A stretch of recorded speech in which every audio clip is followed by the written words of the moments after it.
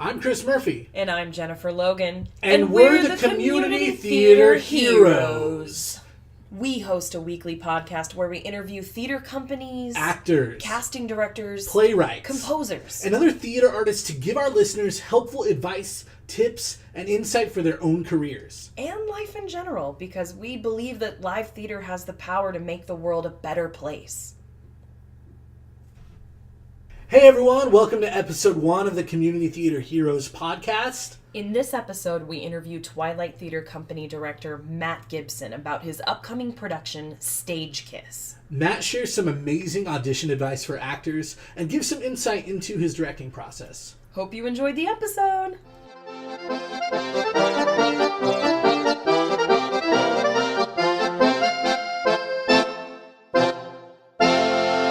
Matt, thank you so much for being here. Thanks for having me. My pleasure. So, in case no one knows who Matt Gibson is, which is ridiculous. Well, let's run on the assumption no one knows who Matt Gibson is. Tell us about Matt Gibson. No, do I know? Do I know who I am? Who is Matt Gibson? Matt is directing the upcoming production of Stage Kiss at Twilight Theater Company. Yeah. But tell us more about who is Matt Gibson. I direct plays here. That's what I do.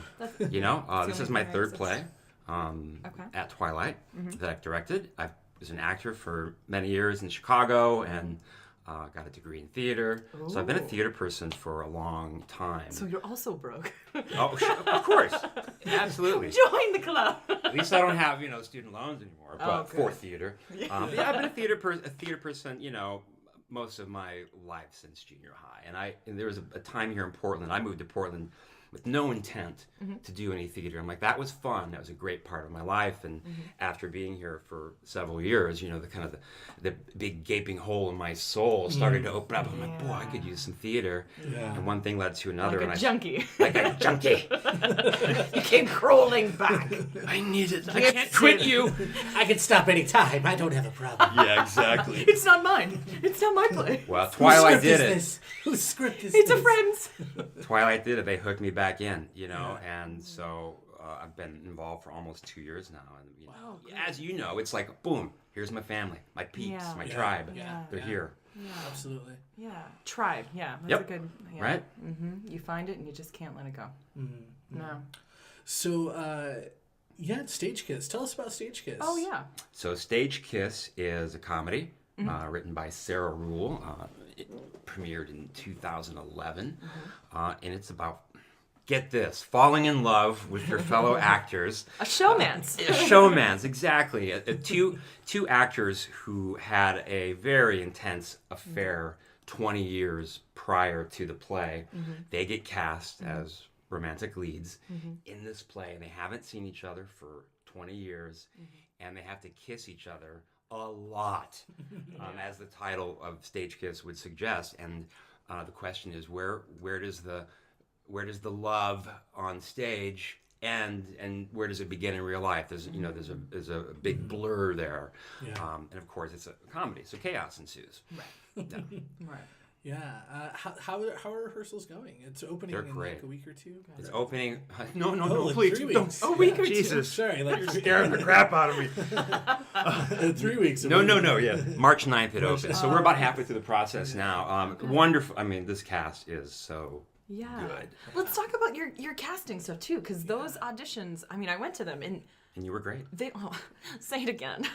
You were great. It's on the record. Mr. Gibson, stop. You can bleep that if you want. Yeah, never. There were a lot of people at that. So many. It was alarming, and you handled the room so well. Oh, thank you. Really did. It was chaos. I felt a little unhinged too. We had 55 people audition. What a shock! You're matching people up, with the cold readings, and you be this person. But I want to see you again as this person. Unfortunately, that might be an hour and a half from now. Yeah. But it worked really well. It did, and everyone was really good about it. And really, the only reason they were is because it was so organized.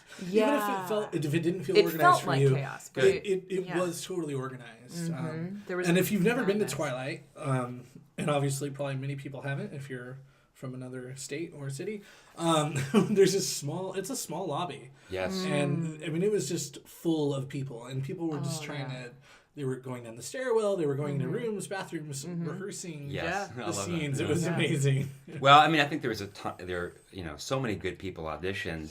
I think there's a lot of just really great energy in the lobby and in all the little rooms. And then you come in, it felt really alive. I mean, people were giving really alive That's what performances at audition. Yeah. It's like it felt like I ran into so many people that I knew from other shows or for this or for that it was like the audition was a party. It really was. It was so fun. Plus, you're auditioning for comedy, so there's that, and you're going to go in, and you're in the lobby, and you hear a bunch of people laughing on the inside. Yes, you get excited. You get excited, and everyone's like really was rooting for everyone. Like everybody rooting for each other. That's something that's really I don't know about Chicago because I'm not from Chicago, but down in those kind of inner community theater groups in like Los Angeles, I ran into a lot of clickiness, and not that that could be anywhere. That's not Los Angeles, but the experiences that I had there, it was kind of almost really really cutthroat, like really like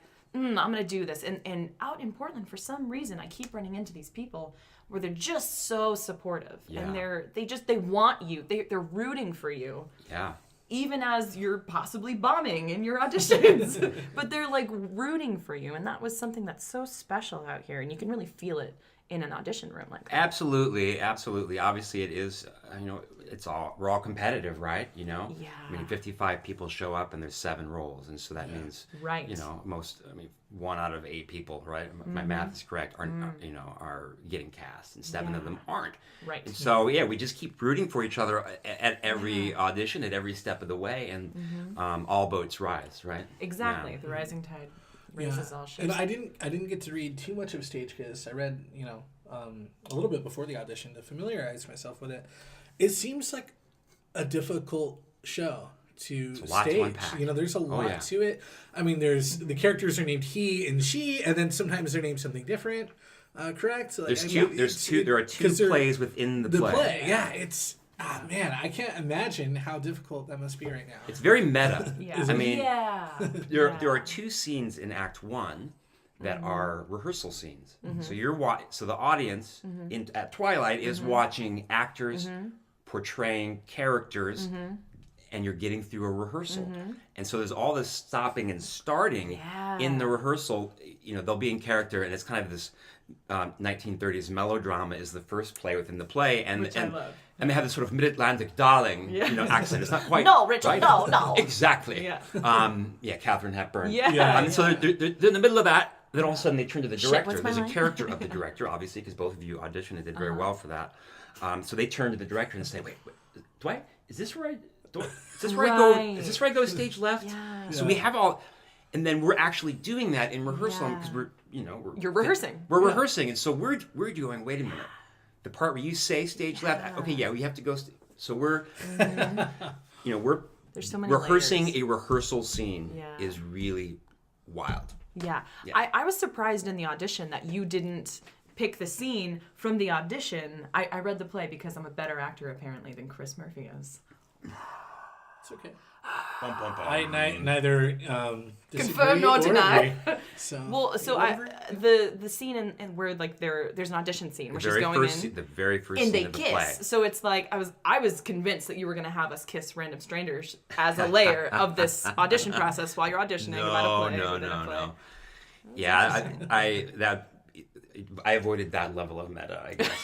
I did do a scene. There's a character of the understudy. His name is Kevin. Is the character in Stage Kiss, and he has a hard time. Sarah Ruhl likes to do this. She'll kind of literalize a character's hurdle or the challenge. He literally he cannot kiss on stage worth a damn. I mean, he really tries, and so there is. I did have that scene in auditions because I needed to see actors playing that understudy role deal with that comedy, deal with that challenge. Now, at the same time, I didn't expect anybody to kiss each other at auditions, unless I don't think anybody did. I mean, you can. I don't think so. However, in that audition scene, she does actually kiss the understudy. So nice. She does, which is kind of cool. Well, let's talk because we talked a lot about the auditions and that math is just astronomical, kind of going in with those odds. What specifically drew you to the cast that you did? What did they do right? What was the magic that kind of happened? I know the guy you cast as the director, Christopher Cowan. He really great guy. Yeah, great guy. New to Portland. I've spoken to him a couple times since then, and he totally fits the role. He does. Like, I know, just seeing it now, like, wow, he is the director. Exactly. And so it's a combination of, wow, you really, just because of who you are and your energy and your presence, you have this role is something, it's in you. Yeah. I see it. I can feel it. You know, and I think that's obviously for any role you're casting, you want, you know, not typecasting always, but you're looking for a certain type. You're looking for a connection. And then it's... Yeah, that's good. He had a connection to the role. Yeah. You know, a lot of they all did, the ones who end up casting. You know, the next layer, I think, is, okay, you're on stage, and, you know, what's your energy like? What's your vocal energy like? What's your physical energy like? Do you have a sense of the comedy here, which is it can get pretty broad. Right.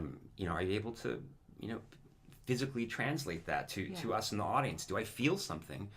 Like, I'm watching you and I'm like, wow, what's going on with you? You know, like, wow, that's really cool. Yeah, charisma that people take with them.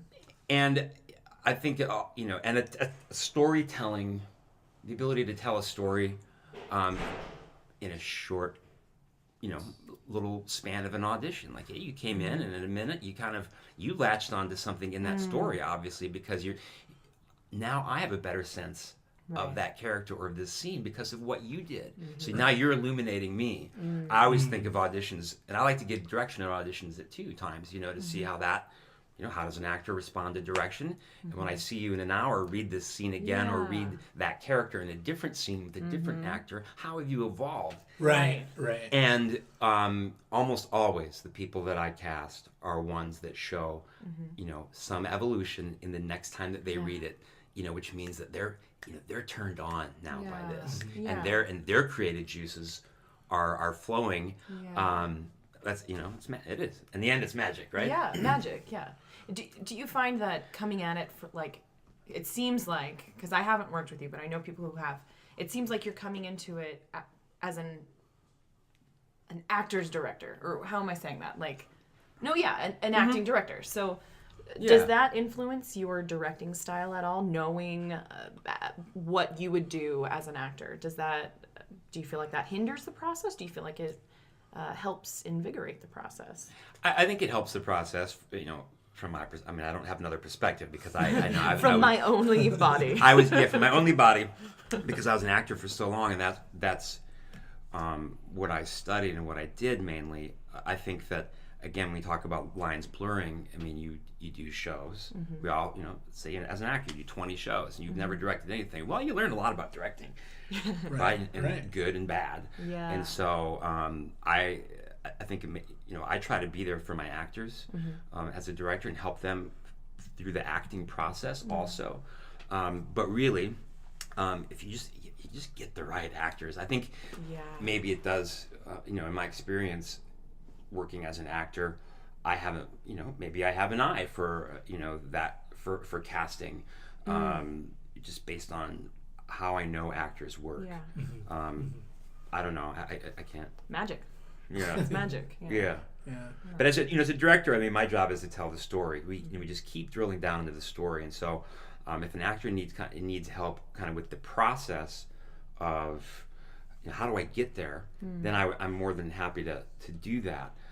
If I say, hey, I need this right now in the story, and you deliver it, and you boom, in rehearsal you're finding it, I don't care how you found it in a way. Like I mean, I'm not going to get into your process and talk and overly talk. I'm not going to sit there and talk a lot about it. It's not an acting class here. We're we're telling a story. Right. So as a director, you know, whether or not, you know, it's removed from my experience as an actor, my job is to just keep drilling down into that story, every nook and cranny. So in auditions, say for the next project that you choose, or what are things that you find that actors are doing to kind of hurt themselves in auditions? Well, you read Stage Kiss. I did. Before the audition. That's one of the, and a lot of times you don't have the opportunity to do that. I get that, you know, but if you at all have the opportunity to read the play, that will boom. that just sets you off right away. Well, because you know where the characters are going. Yeah. And I noticed that a lot because it's interesting because you'll have a fresher perspective. Like when we were rehearsing scenes and stuff, some people were bringing in completely different energy that, granted, had nothing to do with the part because they don't know where that character's arc is going. But it's a fresh perspective, so it's kind of like a gamble. And to really understand, it really helps you understand the tone of the piece, the style of the piece. Exactly. You know, you're not going to come into a Sarah Ruhl if you have no idea who Sarah Ruhl is, no idea what the story is about, and you come in, you may read a scene and it may come across to you as like Eugene O'Neill-esque realism or you know, really. If you don't know this is a melodrama, so without, and that would be kind of, you know, that's a different world. Yeah. You know, and so by reading it and putting yourself in the world of the playwright's world, in the world of this story, that gives your audition. Boy, you're just helping yourself out big time. Absolutely, you know, and like you said, sometimes you don't have the opportunity, but you know, like there's YouTube. What I always do too is I look for audition sides for whatever thing I'm auditioning for, like because someone else has done it somewhere, and they usually upload great sides. idea. So, it's a great idea. Like and that's like I was able to get maybe 20 pages of Stage Kiss on a PDF, like, and they were random, but I had printed them out and put them in order, like of page numbers. Awesome. So I was kind of okay. I get the script.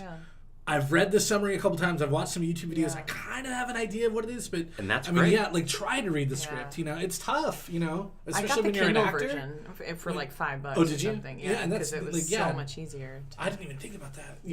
You can do plays on Kindle. Wow, oh my gosh, so stupid of me. And Audible. I'm a huge fan of Audible. I mean, obviously, you know, but there's like. This new kind of a way to tell stories where they're hiring these like really great, like, you know, celebrity freaking actors that are reading these plays, and it gives you a completely different experience than just reading it on the page. Absolutely. You know what I mean? But Chris, I think what you did there is you know, absolutely valid too. I mean, okay, I can't access the entire script, but I can access, you know, all these other things. They kind of fill in the details about what I'm doing here. I think that's. What other mistakes would you say that you see in auditions besides like actors not being prepared? Yeah. In that sense, what comes to mind? Well, I think one of the things people sometimes don't bring the vocal and physical energy to, you know, the audition that they need. You know, for a comedy like this, for instance, I mean, there needs to be I mean, I'm not asking energy like run around like a crazy person on stage, but there's a selling it to the audience. There's a sense of urgency. Just you know, I want to see electricity running through your body. I want to you know, I want to hear it in your voice. You know, and so I think not being physically and vocally prepared. I think before an audition, do your tongue twisters, do your deep breathing exercises, do some yoga, get your instrument warmed up. Heck, because it gets you out of your head. Yes, and it gets you in a place where you're in. You've done the homework on the play. You got your body and your voice ready. Now you're here to play. Now you're here to be in the moment. And I think those two things alone you're just going to give your chances of having a good time. Have a good time. If you go into it like, hey, I'm going to have a good time. I'm going to play with other actors. I get to tell a story. I get to be here the next hour or whatever, and I get a couple 5-minute shots to tell a story. And I want to do it. I want to have fun and do I want to do a good job. That is such a good point. You know, because sometimes as actors, the only time that we get to act is at auditions. Because if you're not getting cast, you know, you might as well be, you know, like you said, enjoying the audition. Enjoy the process. Because you're acting finally. I've been.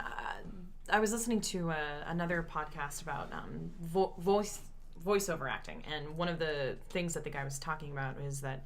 Because we as actors get told no so often, just piggybacking on what you were saying about having a good time, he's like, the way that I view this is the audition is the job. Whether it's a voiceover, whether it's a musical theater audition. The audition is the job, so I go in and I do my job, and then if I get a callback or a role, it's a bonus. Absolutely. But I've already done my job. And having that good, like you said, just having a great time, and that's what really makes the difference. You can really tell when someone's in their head and they haven't warmed up and they're very stiff and they're it makes such a hard transition into doing that. And we do this as actors. We put a lot of pressure on ourselves to get it right, quote unquote right. And there is no getting it right, you know. Yep. And so I think if you take some of that pressure off and just go in and, like you say, enjoy doing the job. Yeah. This is what we love to do. So enjoy it at auditions too. And so many people hate auditions. They gotta love them.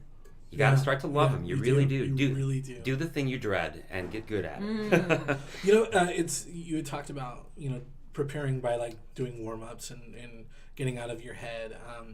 I think another thing, and I made this mistake a week ago. I went to the Unified Shakespeare Auditions. Yeah. And I was running late. I was stressed out about like where am I going to park, because it's artist repertory theater. It's sometimes parking's not easy. Yeah, that's true. I'd gotten there like not as early as I would have liked. I didn't account for traffic on the bridge. So like everything I showed you up could late. do wrong. Everything that like I printed out the old version of my resume the day before and hadn't looked. So like I didn't have like the updated stuff like Antigone and things I wanted to really highlight. And so it was just all this headspace, like just so much going on, and then I ended up bombing the audition. It was just epically bad, and it was because I didn't take that time that you need to take. The preparation, same thing. And, Tobias Anderson, he directed Antigone. He's a great guy. He had mentioned like one of the first rehearsals,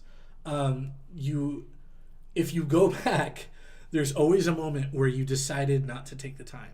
Like you took too much time doing this. You waited to do this. Like there's always, if you go back, like it's not that you didn't have enough time. You just chose not to do it. And I'm seeing like, oh man, I shouldn't have done this that morning. I shouldn't. And it's well, now you know. I mean, then it's a learn. It's all we learn. It's a big learning curve. Learning process for sure. I've done that. I got halfway through a Shakespeare audition. I'm like, see you later. I'm out of here. We did that. I tough. gave myself. What did we? We kept communicating through this too. So it was an odd support system of, let's set each other up for failure. I haven't looked at this thing. Have you? No, I haven't either. Totally. I'm so screwed. Yeah, me too. We gave ourselves like 4 days to memorize 2 Shakespearean monologues. Oh God. It was awful. It was awful. It's nightmare inducing. I will say I gave myself 4 days to memorize one. I had already the other one memorized. Suck it, Jennifer. Rude. But no, Jennifer's absolutely right. Yeah. Like that's not enough time. Yeah. I got in because there was some arrogance there. Yeah. For sure. Oh yeah. There is. There's an ego. Like I can do this. The first monologue I went in, and again because you're dealing with environmental factors now, and because we're human, in our psychology just works in a different way. When you're, I can't even describe it. When you're acting and you're unprepared versus when you're acting, like your brain functions on a different wavelength. When at the closing run of your show, you can be in part of the sphere of your mind. It can be like, oh, there's the exit sign. Okay, now I do this while you're talking and you're connecting with a character. You really can do that. It's not recommended, but you can, have those spherical differentiations. Yeah, there's a practical parallel. Yes.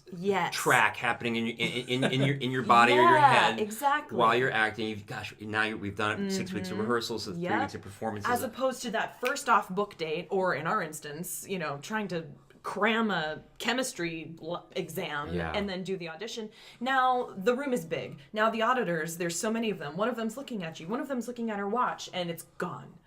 All the work that and it's difficult language. It's very.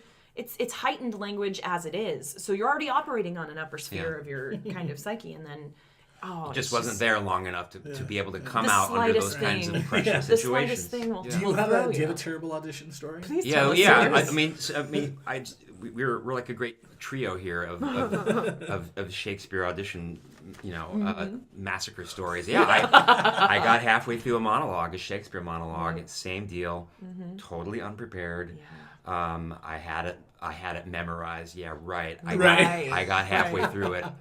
I asked to start over. Me too. I started over. I got halfway through it again. I stopped at the same place and I said, "I'm so sorry. I'm leaving. Thank you very much." And I walked out the door. And it's terrible. Yeah, that's what happened to me. I didn't ask to start over.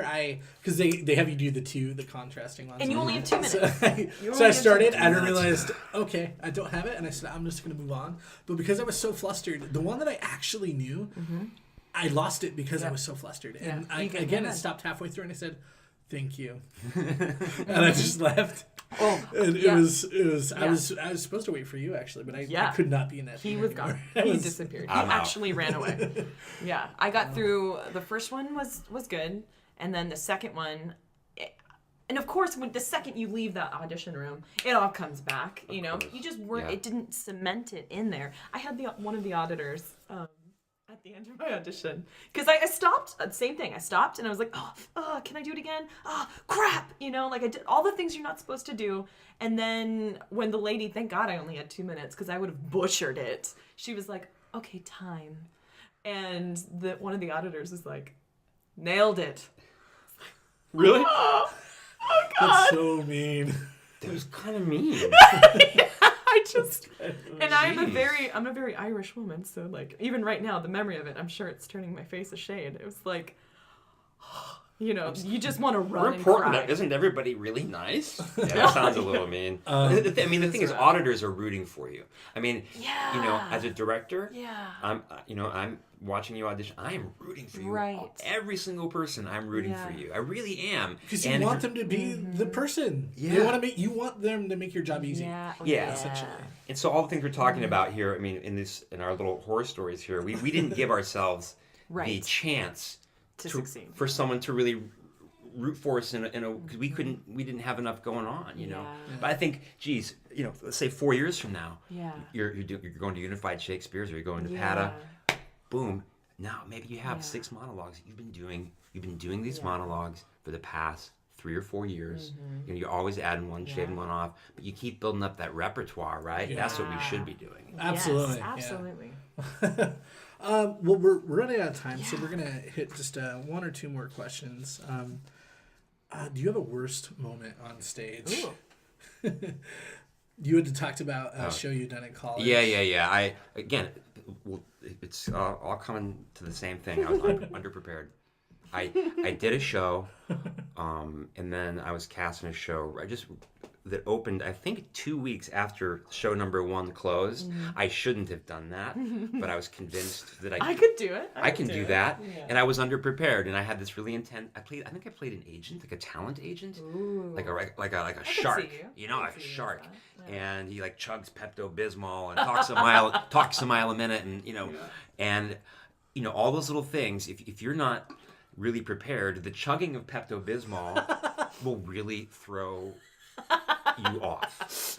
And guess what? It did. I kind of choked on it. I lost my line. I'm having to recover from a Pepto-Bismol choke. Like I think it went up my nose. I was drowning in Pepto-Bismol. And I could feel, then everything is slow motion, right? I could feel people in the audience being like, oh no, I've never seen Matt Gibson go down on stage. Pepto-Bismol took him out. Pepto-Bismol is taking this dude out. It's sort of like an out-of-body experience. It is. Yeah. Yep. Yeah. It is. Totally had that. Like I'm looking at myself in third person. Like, why are you doing this? Like, Chris, why? No. You're so much better. I never. Yeah. I mean, sweaty palms, palpitating. You know, the whole thing. It's just, you know, we all have stories like that.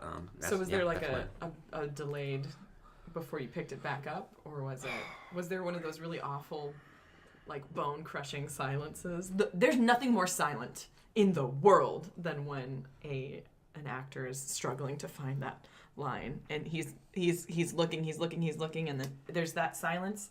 Oh my gosh, it's so dense. It is. It's tough to be an audience member in those situations too. You feel it. Yeah. I think there was, Jennifer. I you know, my memories kind of blocked that out. I think. PTSD. Yeah, PTSD a little bit. Well, thanks, Matt. We really appreciate you being on our thanks for having me. It's episode. fun. We're so excited to see Stage Kiss. I'm excited for you to see it. When does Thank that you. open again? It opens March 9th, runs through March 25th. Thank you, Matt. Thank you.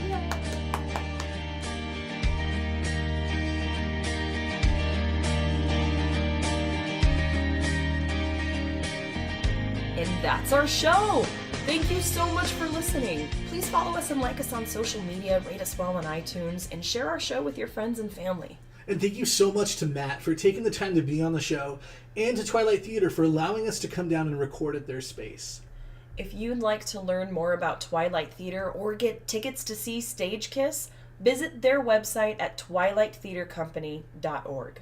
Or if you'd like to learn more about us or be interviewed on our podcast, visit our website at communitytheaterheroes.com.